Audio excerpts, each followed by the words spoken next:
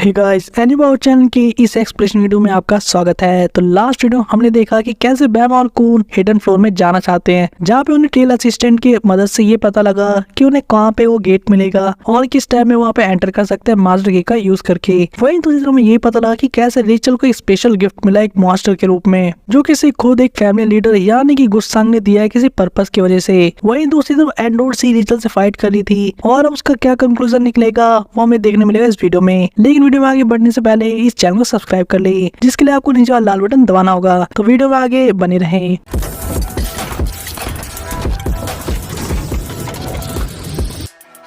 हम देखते हैं सबसे पहले हॉकनी को बैम के पास आते हुए, जहाँ पे हॉकनी को आते हुए बैम उससे पूछता है क्या तुम यहाँ पे पिक्चर के लिए आए हो, जिस पे हॉकनी इसका जवाब देते तो कहता है सॉर्ट ऑफ, लेकिन मैं जितना क्लोज जाता हूँ मुझे उतना ही बुरा फील होता है। जब बैम ये सुनकर उससे पूछता है तुम कौन सी बैड फीलिंग की बात कर रहे हो, हॉकनी समझाता है मैं कम्प्लीटली श्योर तो नहीं हूँ, लेकिन मुझे ऐसा लग रहा है जैसे किसी की डेथ यहाँ आसपास भटक रही है या कोई मरने वाला है। वहीं दूसरी तरफ हम फोकस करते हैं एंडोर से और रिचल के रूम में, जहाँ पे हम देखते हैं उनका वेपन टूटा हुआ, और वेपन को ऐसे टूटते हुए देखकर एंडोर से और रिचल दोनों ही सरप्राइज हो गए थे एकदम से। और एंडोर सी तो थोड़ा सा गुस्सा भी हो गई थी, जहाँ पे वो कहते हैं कि रिचल तुमने अभी क्या किया, जहाँ पे हम देखते हैं कि एंडोर सी की पॉकेट वॉल से गवा जाती है हे एंडोर सी बस बहुत हुआ, चलो वहाँ से निकलो अब। और हम नोटिस करते हैं कि ये कॉल यूरी की तरफ से आया था, जहाँ पे वो कह रही थी कि हम इसको यहाँ पे इसलिए लेकर नहीं आए ताकि तुम इसे मार पीट कर अपना गुस्सा निकाल सको, और अगर फिर भी तुम ऐसा करोगी तो तुम बहुत बड़ी परेशानी में फंसने वाली हो। जहाँ दूसरी तरफ देखते हैं यूरी को, जो कि अपने पॉकेट बॉल में या सके उसके एक स्पेशल डिवाइस के अंदर सारी चीज देख रही थी, जहाँ पे एंडोर सी बात बिल्कुल पसंद नहीं आती। वही भी यूरी से बताती है कि मैंने इंस्टॉल कर दिया था एक कैमरा तुम्हारे पॉकेट के अंदर।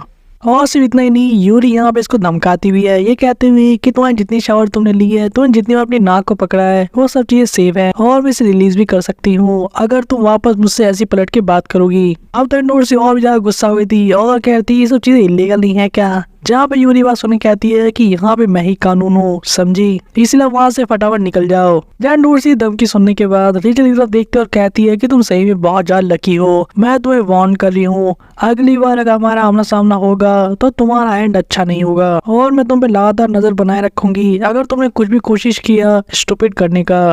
वही हम देखते हैं एंडोर सी रूम से बाहर आते देखकर बैम भी उसकी तरफ भागते हुए आता है। जब बैम एंडोर सी से पूछता है क्या वो तुम ठीक हो, जहाँ पे एंडोर सी कहती है तुम्हें क्या लगा, हमने तो बस छोटी मोटी बातें की थी, और यहाँ पे एंडोर सी कहती है कि वहाँ कुछ भी नहीं हुआ और कह के चली जाती है। लेकिन जाते हुए वो अभी भी यही सोच रही थी कि उसे अभी कैसी अजीब सी फीलिंग आई थी जो रिचल से फाइट कर रही थी। बेशक वो एक सेकंड के लिए था लेकिन वो काफी यार टेरिफाइंग था, जहाँ पे हम देख पाते हैं कि उसने उस मॉन्स्टर को देखा तो नहीं था लेकिन उसको फील जरूर किया था। वहीं दूसरी तरफ बैम और हॉकनी अब रिचल रूम में आ गए थे, जहाँ पे बैम रिचल को ऐसे जमीन पे पड़े हुए देखता है। वही अब सीन शिफ्ट हो जाता है और हम देखते हैं र्यून को, जो कि हेल्ट्रेन की गेट के पास थी और अपनी पॉकेट वॉल में किसी बात करी थी कि उसके पास अब लाडल है। ऐसे तो ओरिक माजिनो के पेरेंट्स से थोड़ा सरप्राइज हो गई थी, लेकिन यहाँ पे वो अपने पॉकेट वॉल में कहती है कि मेड्राको को बता दिया जाए कि वो डील करने के लिए रेडी है जैसे ही वो लोग ट्रेन से उतरेंगे। और जहाँ तक बात रही कि डील कैसे होने वाली है, तो र्यून उसी चीज के अकॉर्डिंग काम करेगी जैसा कि एल्डर कहेंगे। इसके साथ ही ये कॉल यहीं पे खत्म हो जाती है,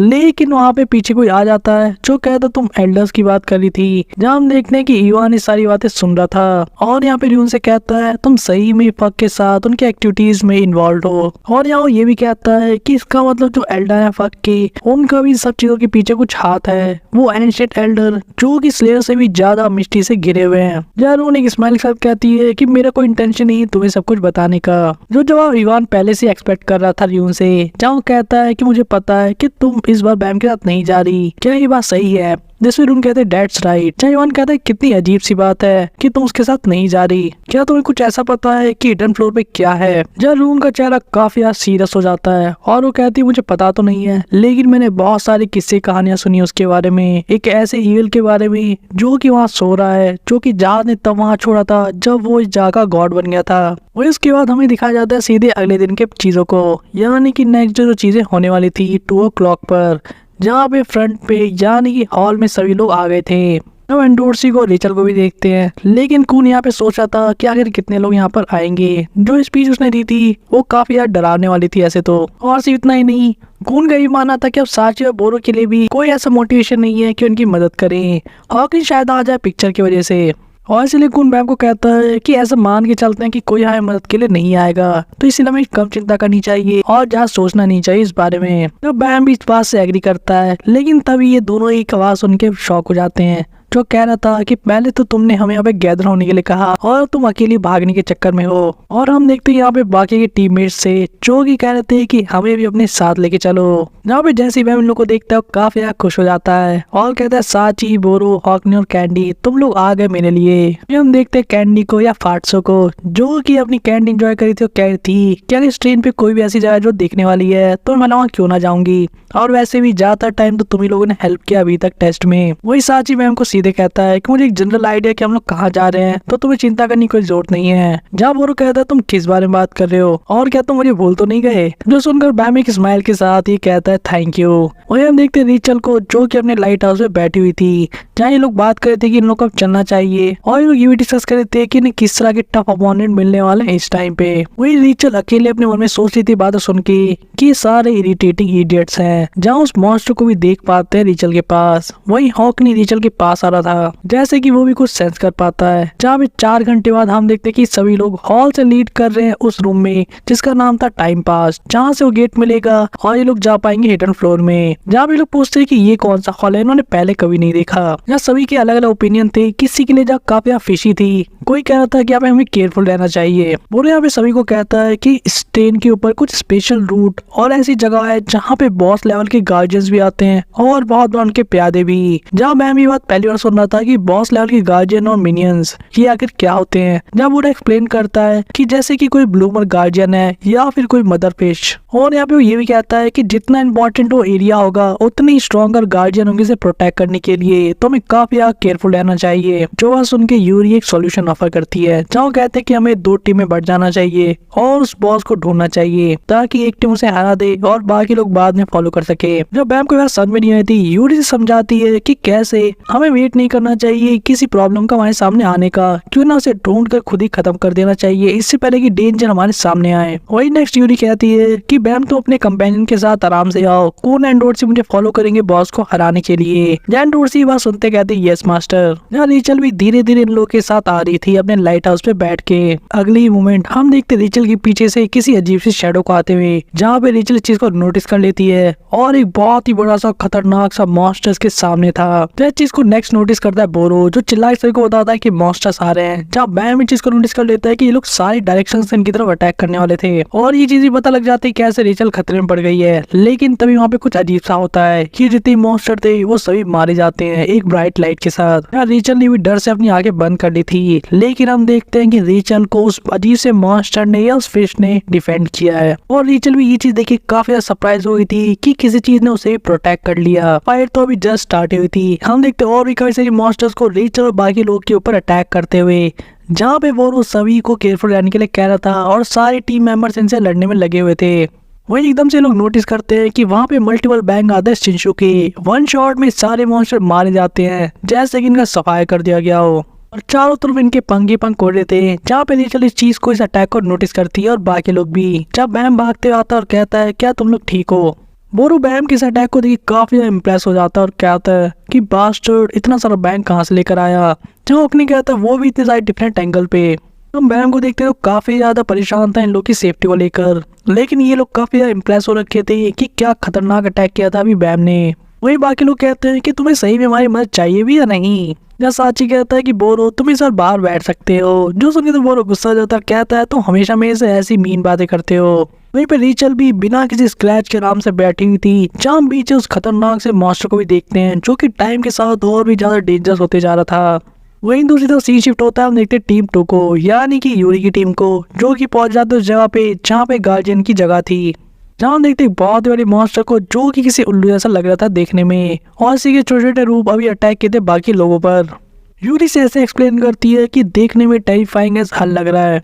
इस मॉन्स्टर के पंजे काफी बड़े बड़े थे और उसके नाखून तो और भी अलग लेवल पे, लेकिन हम देखते हैं यहाँ पे कून को एनाकोर को यूज करते हुए, जहाँ वो इसके यूज करके इसे कैप्चर कर लेता है। लेकिन यहाँ पे एक प्रॉब्लम भी थी छोटी सी, जहाँ कून अपने मन में सोच रहा था क्योंकि उन्होंने काफी जल्दी में एनाकोर को रिपेयर किया है, तो इसीलिए अभी भी इसकी पावर थोड़ी सी कम है पहले से।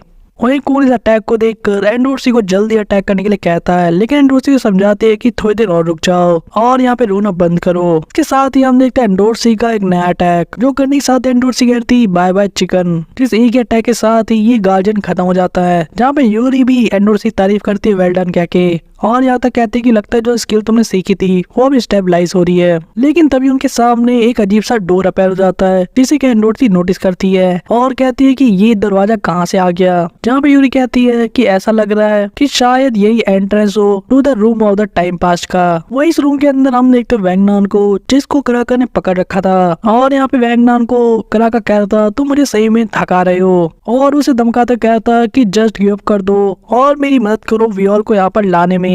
लेकिन वैंगनान काफी रिट्रीटेड था और उसे कहता मैं तुम्हें कितनी बार बताऊं कि मैं वियोल की सेम टीम में नहीं हूँ, मैं उसे समन नहीं कर सकता और ना ही मैं ऐसा करना चाहता हूँ। कराका को इस बात पर विश्वास नहीं होता। वैंगनान उसे ताना मारते हुए यहाँ तक कहता है कि मुझे जाने दो यू अनरिसाइकल टिन कैन। जहाँ अगली पल हम देखते कराका को ही कहते हुए कि मैं करना तो नहीं चाहता था लेकिन अब मेरे पास अब कोई भी चॉइस नहीं है। जहाँ पे वो मीसेंग को पकड़ लेता है, जहाँ पे यूरो कहती है कि तुम क्या करने जा रहे हो। वहीं पे कराका वैंगनान को काफी सीरियस तरह का थ्रेट देता है, ये कहते हुए कि अगर तुम तुरंत मेरी मदद नहीं करो वियोल को यहाँ पर लाने में तो मैं इस बच्चे का सर अपनी पावर से टुकड़े टुकड़े कर दूंगा। और यहाँ पे कराका सही में सीरियस था, जो कि वैंगनान कह रहा था कि अभी तुम्हारी चॉइस है, क्या तुम इस बच्चे को बचाओगे या फिर वियोल को। लेकिन इस टाइम पे कुछ अजीब होता है। वैंगनान कराका के हाथ को देखकर उसकी फिंगर्स पे वो रिंग नोटिस कर लेता है, जैसे कि रिंग उसके पास भी थी। जहाँ भी इस रिंग को नोटिस करते के साथ ही वो कहता है कि how did you have it. यहाँ पे वैंगनान कहना चाहता है कि वाला इसके पास एक क्या कर रहा है, और यहाँ पे वो कराका को कहता है 2 मिनट रुको, मैं तुमसे अकेले में कुछ बात करना चाहता हूँ। जहाँ पे ये जवाब तो कराका बिल्कुल भी एक्सपेक्ट नहीं कर रहा था और वो भी थोड़ा सरप्राइज था कि वैंगनान को क्या बात करना है। जहाँ हम देखते मीसेंग के चेहरे को जो कि काफी ज्यादा परेशानी में थी, लेकिन कराका यहाँ पे डांटते वैंगनान कह रहा था कि तुम बिल्कुल कुछ भी स्टूपिड मत करना सिर्फ टाइम बचाने के लिए, वरना इस लड़के को तुरंत मार दूंगा अगर तुमने मेरे साथ कोऑपरेट नहीं किया। लेकिन वैंगनान इस सिचुएशन में सीधे कहता है वो अंगूठी जो कि ज़ात के सिंबल के साथ है तुम्हारे पास, और वैंगनान सीधे कहता है कि वैसी एक अंगूठी मेरे पास भी है। और अब कराका का अटेंशन सही में वैंगनान की तरफ चला गया था क्योंकि ये कोई छोटी मोटी बात नहीं थी। वही हम देखते हैं दूसरी तरफ उसी मिस्टीरियस डोर को जो कि अपेयर हुआ था, और अगली मोमेंट हम देखते हैं बैम और बाकी टीममेट को यूरी के पास आते हुए, जहाँ पे बैम काफी खुश लग रहा था। और बैम यहाँ पे आते कहता है कि मैंने सुना कि तुमने वो एंट्रेंस ढूंढ लिया उस रूम के लिए। जहाँ यूरी कहते हैं बिल्कुल। जहाँ यूरी उन्हें ये भी एक्सप्लेन करती है कि उसने उस एंट्रेंस के थ्रू दूसरे रूम में जाने की कोशिश की लेकिन वहाँ नहीं जा पाई क्योंकि शायद अभी 9 नहीं बचे हैं, इसलिए वो डोर अभी ओपन नहीं हुआ है, और फोर्स करने पे शायद वो टूट जाए या कोई नियम की वजह से वो लोग हेल्ट्रेन से बाहर फेंक दिए जाएं, इसलिए उन्हें शायद वेट करना पड़ेगा। जो सुन बैम कहता है तो क्या हमें 9 बजे तक वेट करना होगा, जिसमें कून कहता है लगता तो यही है, और वैसे अब ज्यादा घंटे बचे नहीं है तो हमें रिलैक्स कर लेना चाहिए थोड़ी देर तक। जब हमें ये भी देखने को मिलता है जहाँ कून कहता है कि हम एज अ रिवॉर्ड उस गार्जियन को हराने के लिए कुछ खाना मिला है। ऐसे तो देखने में काफी स्ट्रेंज है लेकिन फिर भी काम आ जाएगा। जहाँ पे फार्ट्स और चिप्स से तो खुशी हो जाती है। जहाँ पे चीजें डिस्कस हो रही थी और माहौल थोड़ा हल्का हो गया था, हॉकनी यहाँ पे बैम से कहता है मैं तुम्हारे से किसी बारे में बात करना चाहता हूँ। जहाँ बैम कहता है किस बारे में, हॉकनी कहता है रेचल के बारे में। जहाँ पे एक तरफ ये दोनों रेचल को डिस्कस कर रहे थे और हॉकनी बता रहा था कि कैसे रेचल को देख के उसे स्ट्रेंज फीलिंग आ रही है, जो कि वो ऐसे वर्ड्स में तो बता नहीं सकता लेकिन काफी अजीब है। वही दूसरी तरफ हम देखते हैं यूरी को जो कि चॉकलेट और दूसरी स्नैक्स खा के काफी ज्यादा खुश थी। दूसरी तरफ फैट्सो भी सभी जो खाने में लगी हुई थी। एंडोर्सी यहाँ पे यूरी को ताना मारते यहाँ तक भी कहती है कि तुम एक प्रिंसेस हो, तुम्हें तो डाइट पे होना चाहिए था। वहीं दूसरी तरफ हॉकनी काफी ज्यादा अलग तरीके का बिहेव कर रहा था और कह रहा था कि जैसे मैं इस ट्रेन पर आया हूँ तब से मुझे स्ट्रेंज फीलिंग आ रही है, प्लस एक ऐसी एनर्जी मैं फील कर पा रहा हूँ जो कि साक्षात मौत की है। और थोड़ी देर पहले भी मुझे ठीक ऐसा ही हंच आया था, एक काफी बुरे तरीके का सेंस। यहाँ पे कुछ बातों काफी सीरियसली ले रहा था और कह रहा था कि अगर बैड अंश तुम्हें आ रहा है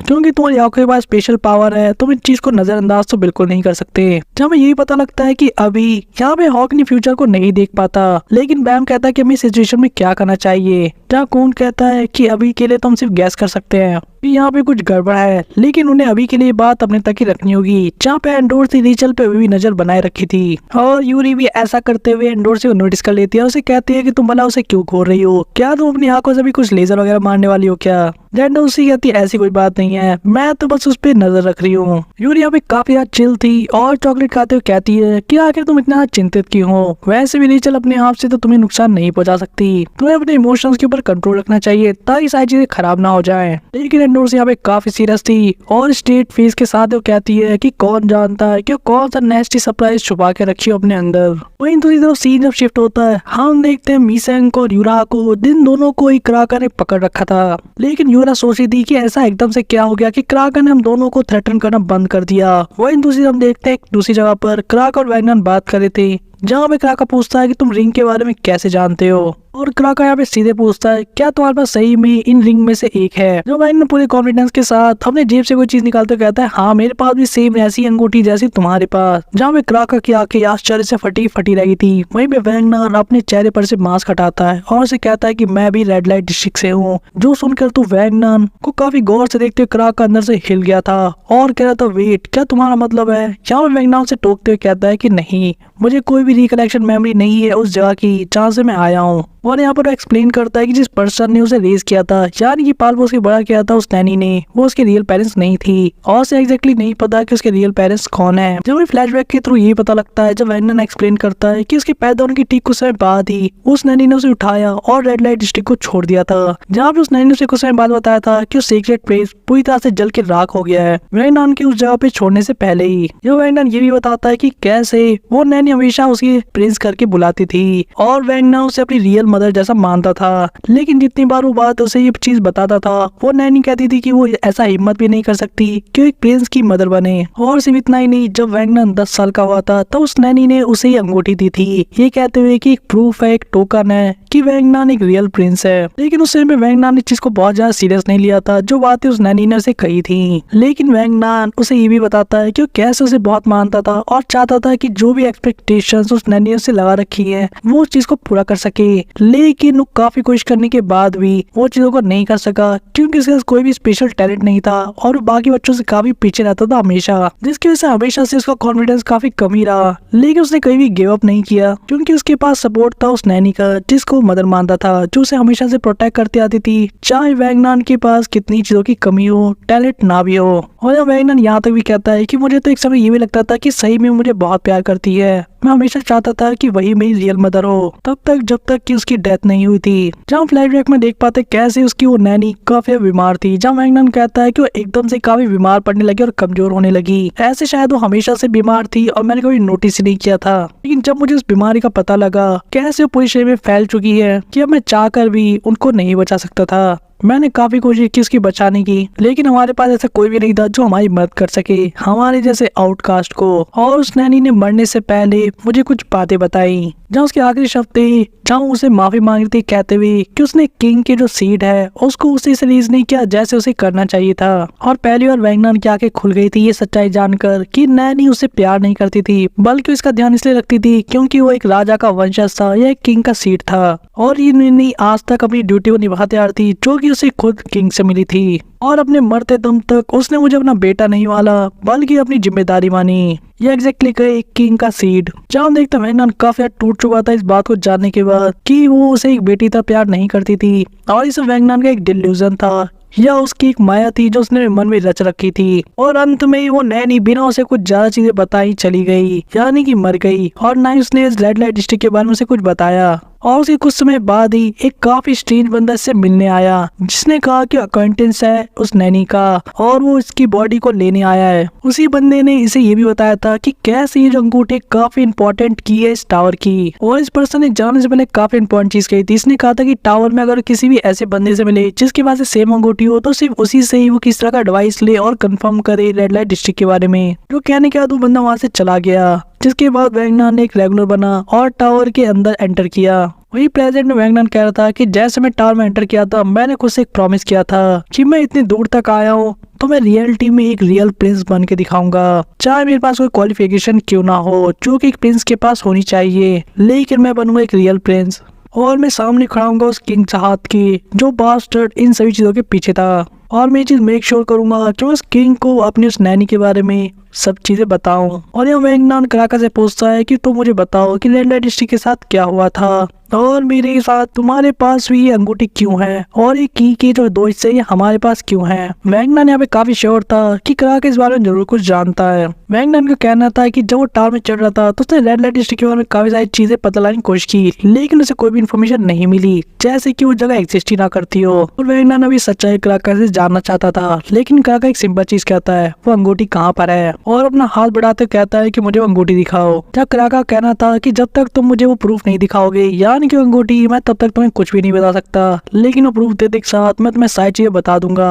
लेकिन तब तक मैं भी सभी चीजों को सीक्रेट रखूंगा जब तक कि अंगूठी मैं ना देख लूं, जैसा कि तुम्हें बताया गया था उस टीचर के थ्रू। लेकिन वो वैंगनान की आवाज थोड़ी सी अजीब से हुई थी, जहाँ वो थोड़ा सा उदास से कहता है कि अंगूठी अभी मेरे पास तो नहीं है। उसे याद आता है कि रेचल के पास अंगूठी थी, और वैंगनान काफी गुस्सा भी आ रहा था कि इस पूरे टाइम में अभी अंगूठी उसके पास नहीं होनी थी। और वैंगनान क्राक को ये भी कहता है कि अभी तो जस्ट नहीं है, लेकिन मेरे पास जल्दी अंगूठी आ जाएगी। लेकिन क्राक कहना था कि यहाँ पे कोई जल्दीबाजी नहीं है, अगर तुम्हारे पास अंगूठी नहीं है तो मैं तुम पे ट्रस्ट नहीं कर सकता। और उसी मोमेंट पे 9 भी बज जाते हैं और यूरी यहाँ पे नोटिस करते हैं कि पूरा स्ट्रक्चर अपने आप ही मूव करने लग गया था, यानी कि उस एंट्रेंस का, जहाँ पे अलग से रास्ता बन रहा था जो काफी कूल था, जैसे कोई पजल गेम। जब हम देखते यूरी को जो कि सभी को उसके पीछे फॉलो करने के लिए कह रही थी, जहाँ ये लोग उस एंट्रेंस की तरफ जा रहे थे। वहीं दूसरी तरफ वैंगनान क्राका को ये चीज मनाने में लगा था, कन्विंस करने में कि रेचल के पास वो लिंक है। वैंगनान कहना था कि अगर वो रेचल को ढूंढ ले एक बार तो फिर वो एक काम कर सकता है, लेकिन क्राक कहता है कि अंगूठी मेरे पास लेकर आओ और मैं तुम्हें सब कुछ बता दूंगा।